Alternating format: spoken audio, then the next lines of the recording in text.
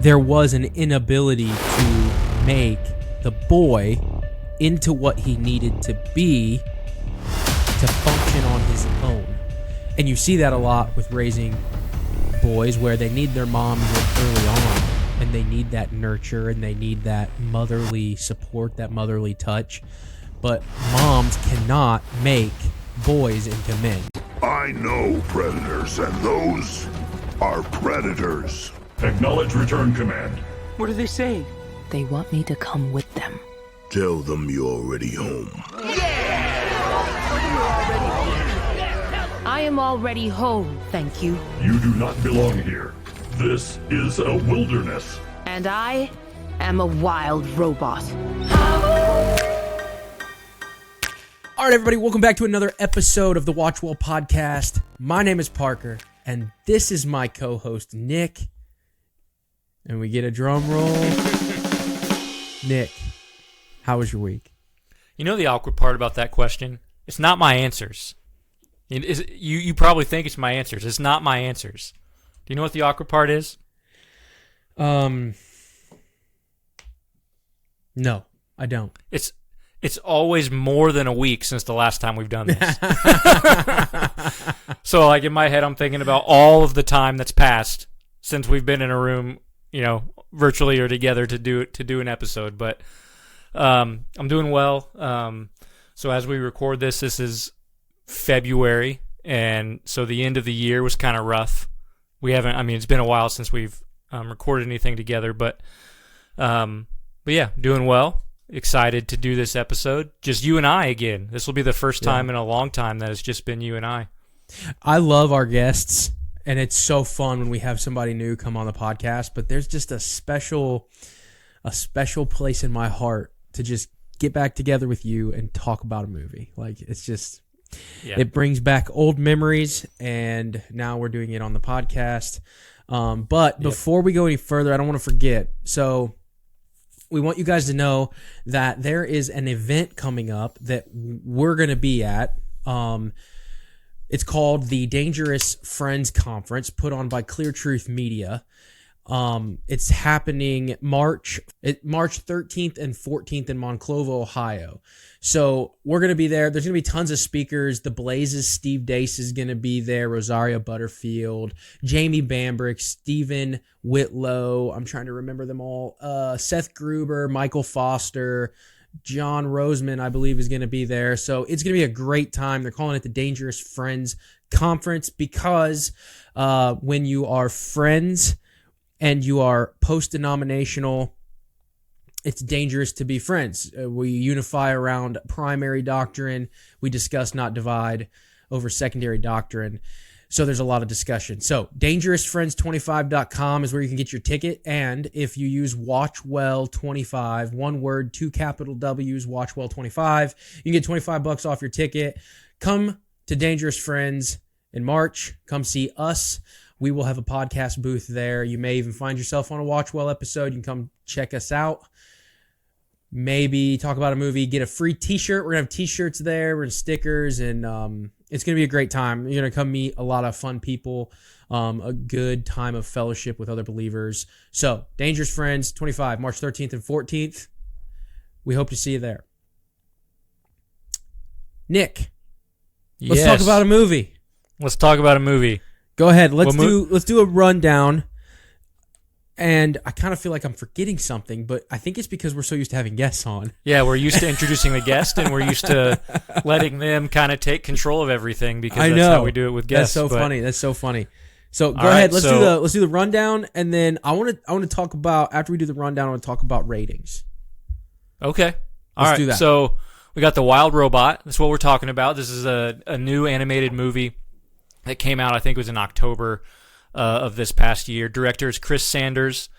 I'll skip this part for now, so I'll just give you a quick synopsis. The Wild Robot, directed by Chris Sanders, is an animated film based on a children's book of the same name by author Peter Brown.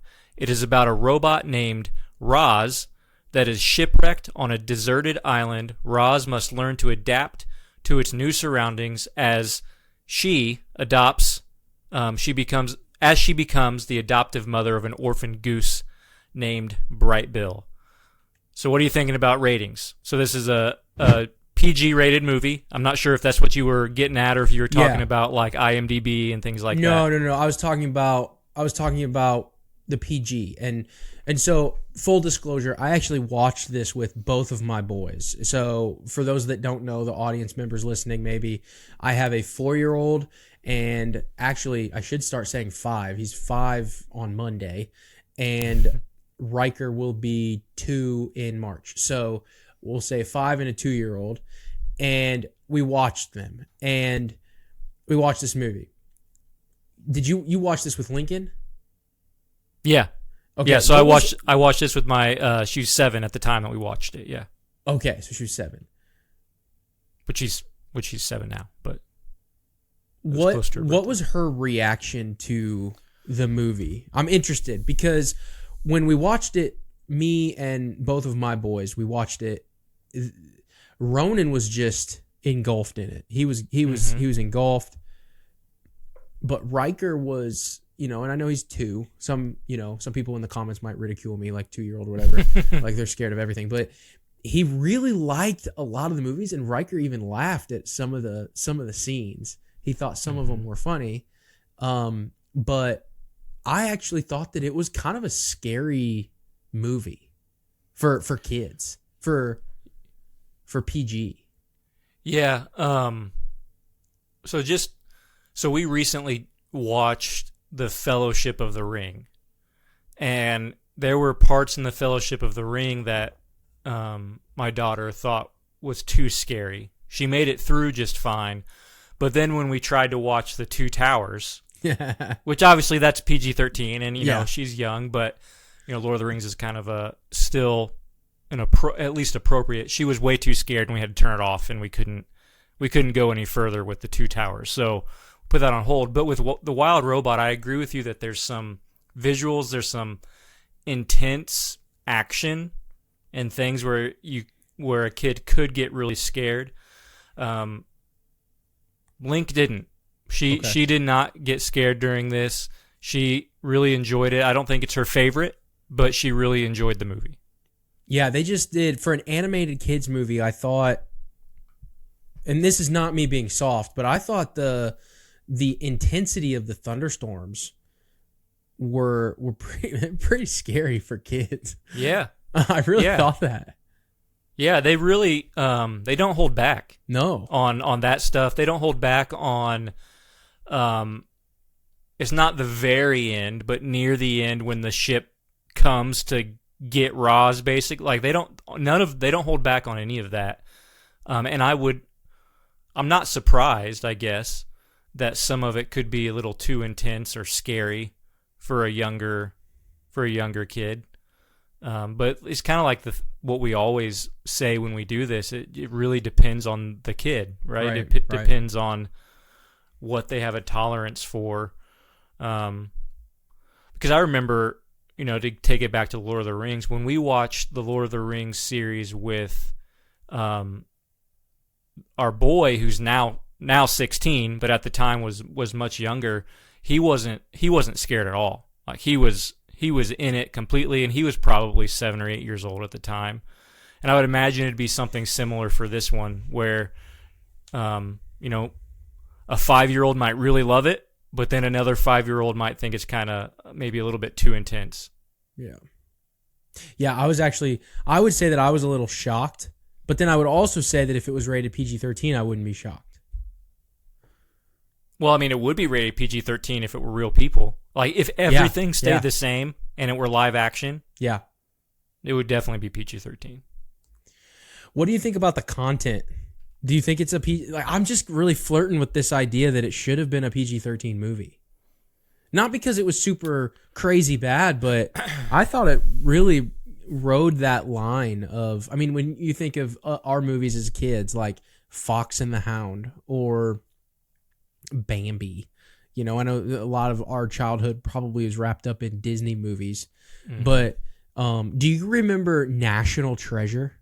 No, not National Treasure. I'm sorry. I was going to say I was not a kid when National Treasure came out. Treasure Planet. Yeah, I do. Is that a PG movie? I think so. Is it PG? I'd have to look it up, but or is it PG-13? I think it is. Yeah, I'm just thinking about this now because I'm relating the intensity of the Wild Robot to that movie because I remember watching that being younger and thinking the same thing where, man, this could be kind of scary for a kid, watching it back as an older person. I can't remember if it's PG or PG-13. It's probably PG. Yeah, it is PG. I just looked it up. Okay. So I was just curious about that. So I would say... Go ahead. I think that's a pretty good comparison. Not in terms of story, but it's not a similar story, but it is a similar tone. Right. The seriousness of some of it, you could consider that similar. So yeah, I think that's a good comparison. Hey guys, real quick, I wanted to update you on something. So we've got our new merch site up and running. Finally, it's been a labor of love. We've got designs back there for hats, hoodies, t-shirts, all kinds of stuff. We've got a blanket back there so that you can grab the person you most enjoy watching films with. You can cuddle up under the Watch Well blanket. You can watch well together with some popcorn. Head on over to vindicatedproductions.com. Check out the new Watch Well site. Buy some merch. Support the podcast so that we can keep bringing you guys really, really good content to ultimately combat the passive consumption of entertainment and bring a more complete worldview to everybody that enjoys movies. Thanks, guys. Really appreciate it. So then content. Let's talk about the content of the movie. Do you think the content deserved a higher rating? I mean, there was a lot of sarcasm and like death. And did you take that as comedic? Did it land for you as comedic and not necessarily that big of a deal? Or did it land like, man, this is kind of heavy for a kid? Yeah, it definitely flirts with that line of what's too heavy, but I don't necessarily know that the G, PG, PG-13 are. I don't know if that whole system is designed to reflect that all that well. No, I think it's more of just a general guideline. Yeah. Yeah. Because, if you just look at it as just the general premise, a parent should watch this if a kid is going, you should have parental guidance, then it's probably appropriate. Because I think PG-13, might be a little too, it would take it a little bit too far.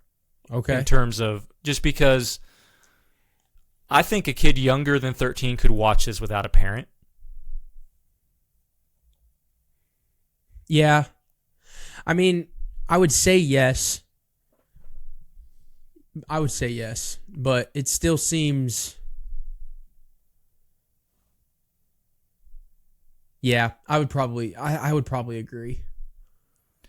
But then if you compare it to 80s movies, Back to the Future is PG. Yeah. But I guess, the other side of that is that was before the PG-13 rating existed. Right. I don't know. It's just interesting. Yeah.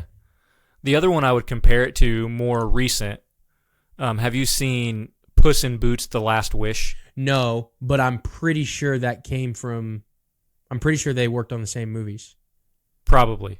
I think it was... Probably, yeah. Produced by the same company that did that movie. Or at least Wild Robot in this. I think it was the same. Yeah, and it's also really good, but, you mentioned a lot of death in the Wild Robot. I mean, that's... The entire story of Last Wish is all about death. Yeah, death is even the villain of the story. And you can call me a little sensitive. I'm sure somebody will rake me over the coal a little sensitive. But it really kind of bothered me. It really kind of bothered me, not necessarily the sarcasm and related to death, but how nonchalant the kids were talking about it. That really kind of hit me. I was like, maybe I don't know if I like that. Do you have an example that you can recall? It was the possum and the mother possum and the kids. And I know that there was some of it that was wrapped in comedy because when possums are scared, they play dead. They play dead. But the kids were just like, it was like again and again and again. And it kind of pushed it past, like, okay, the joke is there. Like, what, is there anything else that they're like, and then the mom was like there was one moment where you heard this snarl. She was like, oh, I have like 3 or however many, 5 kids. And then it's like 6 or whatever. I have 5 now. And it was like this, like just a joke. A joke. But it was like, man, it was kind of cold. Yeah. For like 5, 6, and 7-year-olds. Yeah. I don't know. But also reflective of nature, right? Right. That's the way animals would go about, oh, that one's gone. But this is right? the argument that I was having in my head. I'm not saying all one way or all the other. I was like, they really did a good job writing that line to where it made it difficult to decide too far or it's comedic and it lands well. Yeah. Yeah, I think I probably, when I first saw it, I went in theaters, and I think I probably took it more comedically. Yeah. Less... Because it is funny. Like, it is funny. Yeah. It's a funny line, for sure. So this movie is nominated for the Academy Award for Best Animated Feature. It's also nominated for Best Original Score, which I think is pretty rare for an animated film to be nominated in that category. I could be wrong about that, and I might be making that up. I'm not sure. But then it's also nominated for Best Sound.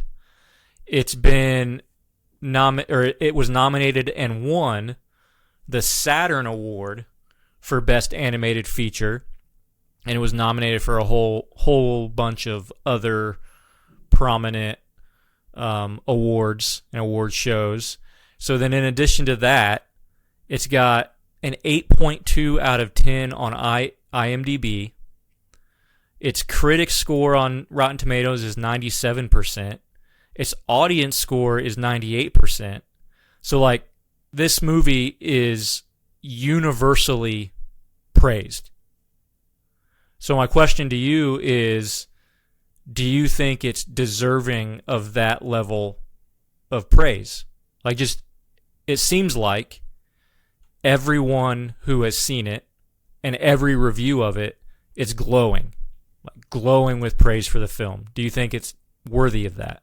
Yeah, I mean, I would say I have some issues with it, but they're not big enough to overpower the movie. I mean, I really enjoyed watching it with my kids. I really did. I enjoyed the movie. I would probably give it an 80 or 90% score. So did your oldest really like it? Like, yeah, he said he was into it. Yeah. He was really engrossed in it. I will say it's the first time he's ever looked at me, and he looked at me, and I was like, "What's wrong, dude? Like, you good? Do you like it?" He goes, "This is a long movie." How long is it? I can't remember. I don't know, but it felt like it was 2 hours long. Yeah. There's a point where you think it's over, but it's not over. Not any. Yeah. Yeah. And there's like a good bit left. Yeah. I remember feeling that way when I watched Casino Royale, the Bond movie, for the first time. I was like, oh, this is wrapping up. No. And then it's like a whole nother movie after that point. Yeah. So this is kind of similar in that way. I do think that this is an instance of where if you made the movie shorter, it would have been even better. You think so? Yeah, I think they could have cut like 25 to 30 minutes out of the film, and it would have been just as good. Anything particular in mind? No, I just nothing like, oh, cut that out because it's bad. I didn't mean it that way. I just meant cut the montages. There were a few of those that I think you could have cut. I just think that you could have just been a little bit more efficient with your time, and it wouldn't have taken away from any of the emotion that they were trying to pull, or it still would have been just as good. Yeah. Yeah, I think maybe right after Bright Bill leaves to fly away, right, with the others, and Roz goes back to, I don't know, would you call it the base? Yeah, probably, yeah. I think maybe some of that maybe could have been shorter, but I'm not really sure where it would cut, because some of those montages with the music, like the scenes are just so visually nice. Yeah. That it just looks like I could just sit and look at it. Yeah. Because they look really nice. Yeah, but, I agree. Yeah. The animation was incredible. Yeah. Like, the animation grade is A. absolutely, yeah, it's beautiful animation. Yeah. But I can't like sit here and think of like a particular scene that was like, oh, if you cut that out because it was bad, it would have made the movie better. No, I'm saying the movie is good. You could have just cut some of the scenes down so they wouldn't, and not even that they felt drawn out, but just cut them down a little bit so that the movie as a whole was shorter. And I mean, even with kids' attention spans, I think it would have been fine. But yeah, it sure. did seem like a movie and a short film as you were watching it. It was like you had this movie, and then it's like, and then it was like it cut to like the animals, and they were in the house, and then she saved them all, and from the winter, it's like this whole other plot, like at the end. So I mean, I just am thinking, I'm seeing it back in my head. I think it's interesting. What was your, let's just jump in. What was your main takeaway? Because there were so many that were coming to my head during the movie. If I had a few, but if I was just going to say what the main thing is. So I'm going to try to do this like almost in like asking you questions about it and see if you end up similar to where, and you may have already seen some of this, but what makes Roz a mother and not a father? Because she's a robot.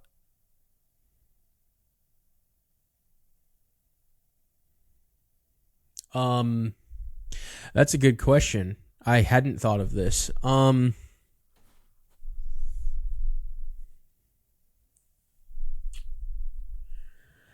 I would say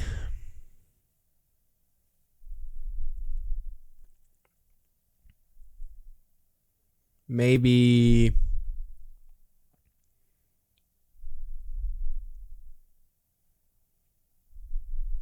I don't know. That's a good question. I think you may have stumped me on the first one. I think that's a really good one. I want to go straight to like nurturing and the types of qualities that a mother would portray. But now that I'm thinking back, outside of a female voice, the analytical and like, we need to do this, we need to do this, we need to do this is more like how, generally speaking, a man thinks. Mm-hmm. So if I'm pretty sure during the movie they intentionally make it clear, right? And it's stated multiple times that Roz is Bright Bill's mother, right? Yes. They state it.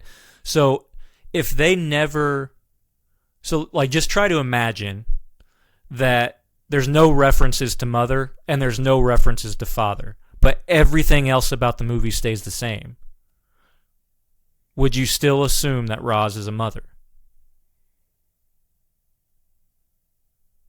Yeah, if they just say parent. That's really hard. I would say you would probably say parent, but I'm not sure. I'm not sure people would even do that. I think that they would just. I honestly, I think that they would just go off the voice, and it's because it's a female voice. Right. They would just assume.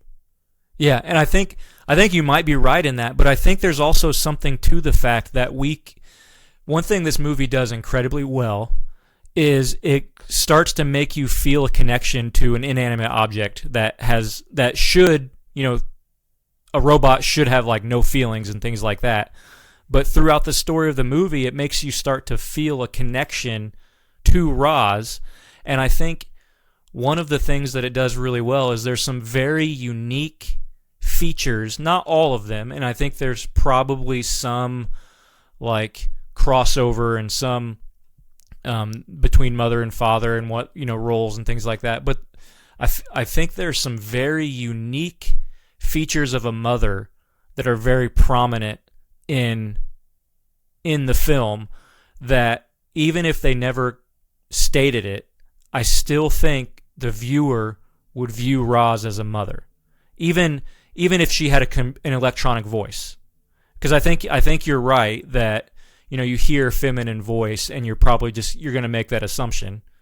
And if they would have made it a more masculine, deeper voice, then you would make the assumption the other way. But even with that, I think there are some unique features about motherhood that is portrayed by Roz. Just for an example, when a son goes off to college and is getting ready to leave,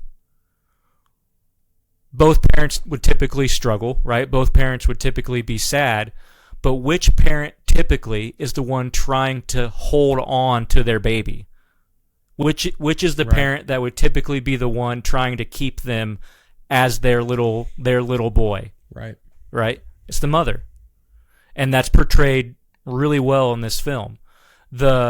How is it that Roz saves and rescues the other animals in the forest from that huge massive storm and what's going on there in the forest? How does Roz save all of them?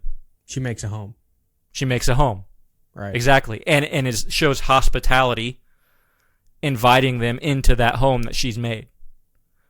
There's just so many uniquely, and I think what that does is it proves that regardless of what direction our world is going in terms of feminism and masculinity and motherhood and fatherhood, when you see what a mother is, you know it. Yeah, that's good. That's really good. See, I didn't get that at all. I love that. Yeah, and it's so evident right there. And and even more specifically than that, when you see a good mother, a strong mother, you know it. And we all know exactly what attributes though that entails, and it's not the same attributes as a strong father. Right. Or else we would be like, okay,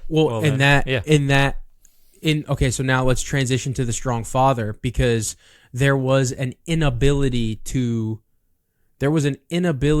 make Bright Bill what he needed without the help of a male figure. Mm-hmm. And you found that in a couple of different places. You found that in, I'm going to forget his name. It was Longneck, right? That sounds right, yeah. I think it was Longneck, that goose that was just kind of watching and then was like, oh, endurance. You gotta don't let his feet touch the ground until, from sunrise to sunset. I think it was Longbill, right? Or Longneck. Yeah. Longneck. And then you also found it in my favorite character, Thunderbolt. Mm-hmm. Right? And he the Falcon. It was a Falcon, right? Falcon? Yeah. Yeah. And he taught him how to fly. So there was an inability to make the boy into what he needed to be to function on his own. And you see that a lot with raising boys, where they need their mom early on, and they need that nurture, and they need that motherly support, that motherly touch. But moms cannot make boys into men. That requires a father. And so even in that would be another example of what you're talking about. Mm-hmm. And you're right. And once you point it out, you see it all through the film. Yeah. Yeah. We know what a mother's for. We know what a mother does. And when we see those attributes, and especially when we see those attributes lived out well, they're obvious. Right. Yeah. What about you? What was your main takeaway? So I couldn't get this out of my head. So you had this idea of programming, or even early on in the film where it was like, I need to do a task. Like, I'm programmed to do a task. Like it's all about your programming, and in order for her to complete the tasks, Roz had to. What did we see she had to do? They did it kind of interesting where it was off camera. I don't remember a scene where she did it and it was like blatant in front, but it was in passing where she had to. I can't remember the exact terminology, but it was almost like reprogramming herself, or she had to undo or recode her programming in order to complete the task. So it was almost as if, you have this artificial robot, this artificial intelligence who has a programming, and that programming could be synonymous with the nature of the being, right? That robot. So the robot's nature is not allowing it to complete the task that it needs to complete in that moment. Mm-hmm. And I kept I just kept in my head just playing over, like, before we're saved, our sin nature is not allowing us to see the truth. And you have to undergo a reprogramming and a recoding of your head, if you kind of follow the metaphor, in order to see things differently. And that's exactly what happened to our main character, Roz. She couldn't do the task, and she couldn't see things feel things the way that she needed in order for the task to get completed. So she had to rewrite her code and change her nature in order to do that. Mm-hmm. And I think that that's the big lie of the film, right? Because in order to truly help yourself, there's nothing that we can do to change our nature. Mm-hmm. We need something. You can't rewrite your own we code. Can't rewrite our own code. We have to look to somebody else that will, regenerate us and rewrite our code in order for us to see the truth. So that's what I kind of got. That's where I went with it. Mm-hmm. Yeah. So what you're talking about, or what you're essentially comparing that to regeneration, being made new, being born again, right? And the rewriting of being changed. You're being undone from the inside out, so that you can be this new thing. The exchange of heart of stone for heart of flesh. Mm-hmm. You're a new thing once your code or your nature has been changed. But the film doesn't go that extra step. It doesn't communicate that. This is the self-help model. This is the TED Talk, like I can change myself if I just keep working on myself. Mm-hmm. And that's the lie. Like, that's the lie of the film. And this is a great way to bring your kids, for the viewers out there listening, into watching well, like raise them up in that, is like preach to your kids in a good foundation to bring the gospel in and say, look at what this is telling you. The message is that you can fix yourself. And the truth is we can't. We need Christ to do that. We need to look to Scripture and Christ and His death on the cross to change us. And I think that's a really good way to do that. We have to be changed. Right. Right. It's not just that we have to change, it's that we have to be changed. Correct. In what like that's something that happens to us, not necessarily something we can accomplish or do. But then, one thing that, see what you think about this, and there could be some things that I'm forgetting about the movie. So this might not work after I say it, but once Roz is changed, there's a point somewhere near the end of the movie or maybe it was the fake end of the movie. I don't when I thought it was that's going right. to end, but I'm not like sure. ended Somewhere, 3 times. yeah, somewhere around in there. There was a point where supposedly Roz went back to like default settings, but then it's kind of revealed no, she never went back to default settings. She still recognizes and sees, she knows who Bright Bill is and all of those things, right? Do you know what I'm talking about? Like she was almost at the end in the big ship.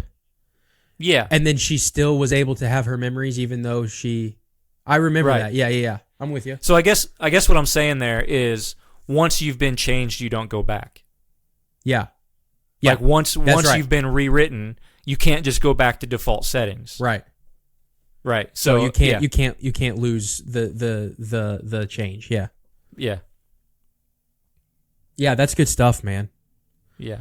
But it was a really good way to like talk to the boys about like think this way. And I know it's way over their heads, you know, there might be some pushback like, oh, your kids don't understand. But at least they're getting that at a young age so that they can be primed for you know, bigger things down the road. And you know, it's never too early to teach your kids the truth of the gospel and so yeah, I think that's really good. Mm-hmm. I really liked that. I mean, I wish that they went the next step, that there was, I don't know. I go back and forth let me ask you this. Do you think that movies should go that next step, or is that when we get into the whole like Christian movie phenomena where it ends up being bad? Or should they have kept it the same? Yeah, I wouldn't want to I don't know if I can answer a yes or no because it really depends on how they do it. Yeah, that's probably fair. Right, like maybe there's, you know, a really strong Christian filmmaker, which this is the only time the person who directed this movie, I'm not really familiar with. I don't know anything about him. So, but maybe there's a really strong Christian filmmaker that could intentionally do that in a way that is still creative and fits the story. But I don't know that I could think of a way to do that, to say, yeah, they should have done this. Right. Yeah, I know that's a tough question. It's probably not even a fair question, but I wonder if there was a way to like, it'd be super cheesy. I'm just thinking comedically now. It's like, oh, they got this update and it changed the code and now she's able to, like, that would have been stupid. But yeah, you know. but then if you get that update, then it's essentially the villain of the story is the one who has to be right. So then, I don't know. Maybe that's something. Maybe that's something to explore too. I don't know, but I guess I was just like running it up, like, because we sit here and we review movies, and sometimes I wonder, like, are the stories good the way they are, and then we continue to review them. But if we were to change the stories to fit more of our review kind of mindset, does that spill over into the cheesy Christian, you know, type of story that we hate? Yeah, I think it all comes down to how it's done on an individual basis on like that. I agree on a particular film. I agree with you.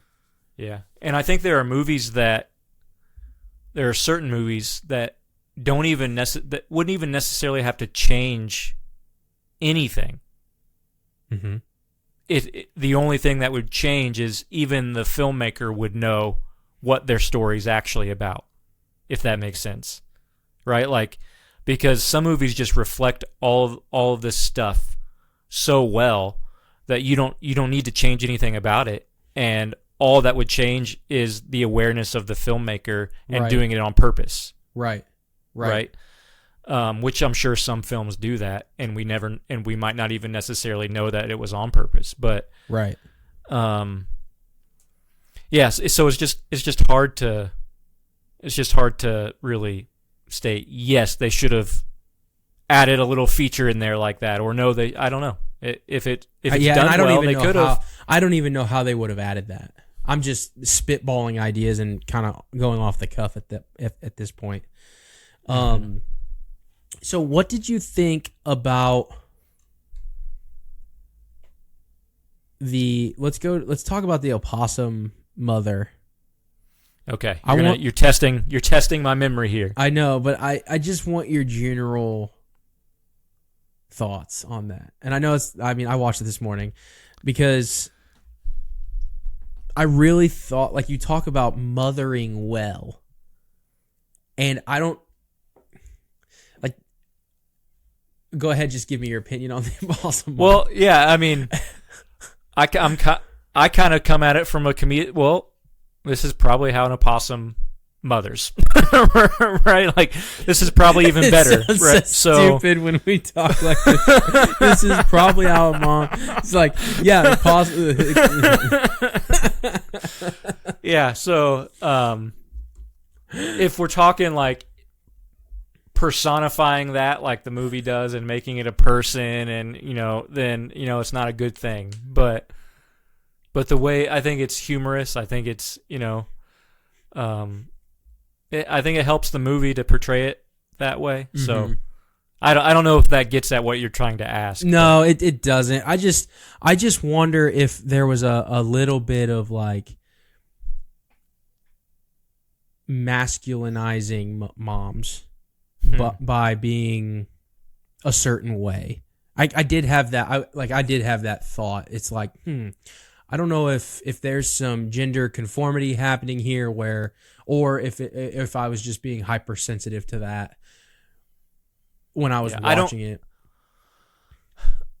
I can't say that that's not the case. I don't remember so I have not watched this since October.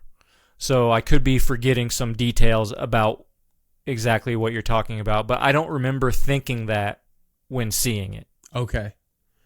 Well, yeah. Well, I watched it this morning, and it's like maybe it was because it was coming from a mom that it was like it just didn't sit right. Like, maybe that's why I had the original opinions that we talked about earlier in the episode about did it land as comedy when they were talking about the death? Because if a male father figure says that, then it's funny. Mm-hmm. But because a supposed mom or mother says it, then it's like, man, that it's a little weighty. Yeah, well, yeah. I still took it as comedic because it's a mother, right? Yeah. Especially a mother with a lot more children. I mean, you always hear the jokes, and when you have a lot of kids, it's like, which one are you again? That kind of thing. And, yeah. So you're telling me I'm being a little sissy? Is that what you're saying? I didn't say that. You're welcome to say that about yourself. I did not say that. All right, so and I don't think that, or else I would say that. Fair enough. Okay, any other thoughts? No, not really anything new or different. But one of the other things I wanted to do is just bring it back a little bit to Scripture, and just to, I'm not sure exactly all the demographics of our audience and who listens and who doesn't. I don't know how many moms we have listening, but just to encourage mothers that your influence matters. And yes, you are unique. You do have strengths that are specific to you as a mother, but specifically, I just wanted to read in 2 Timothy chapter 1, Paul writing to Timothy, and he's talking about, what's been entrusted to Timothy, the faith that's been entrusted to Timothy. And what he says in verse 5, as he's talking to Timothy and expressing thanks, he says, "I'm reminded of your sincere faith, a faith that dwelt first in your grandmother Lois and your mother Eunice, and now I'm sure dwells in you as well." Just to show that a mother's influence over the faith of her children can still be generational. When we're talking about parenting, and especially as guys, we tend to, in a lot of the movies we review and a lot of the episodes, we masculinity, fatherhood, and the importance of fathers comes up all the time. And I don't even feel like we need to apologize for that on any level. I think that's good, but I think with this particular film, we just have an opportunity to also encourage mothers in that the generational impact though in a different way in most cases, the generational impact of a good mother who fears the Lord and invests in her children can be just as prominent as a father who does the same.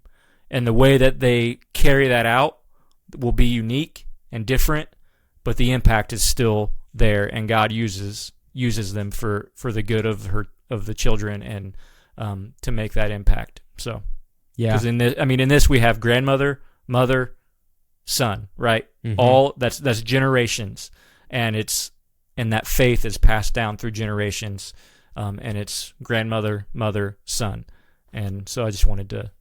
And you see that in the movie with the legacy, like he flies off and he thinks that that's the last time he'll ever see her, and then he flies back and is shocked that she's there. And she does another example of what you're talking about. She does exactly what a mom would do. Well, I'm gonna go to the ship now because he found his place and he doesn't need me anymore. And I'm just going to go do my own thing. So, yeah, I think that's really, really good. Really good encouragement to moms. I love that you pulled that out because that's not where I went at all. So, yeah, thanks for that. Let's sum it up. What do you think? I really like it. I worth watching. I agree. And especially worth watching well. So right. So watch it well. Yeah. Do you think it's going to win? What else is? I don't what know else is nominated in that category? I'm not sure what else is nominated in that category, but I'm gonna hedge my bet and be like, it's gonna be tough to beat for sure. It's gonna win because I think there was another one. I think it was the movie that won the Golden Globe for animation. I think it was something called Flow. I don't know. I don't like remember. A super small budget movie, but supposedly really good. I don't know, but it's about a cat. I don't like cats, so we'll see about that. But I don't like cats either. Yeah, so we just alienated all of our audience members. Yeah, cats. Yeah. We don't want cats around here.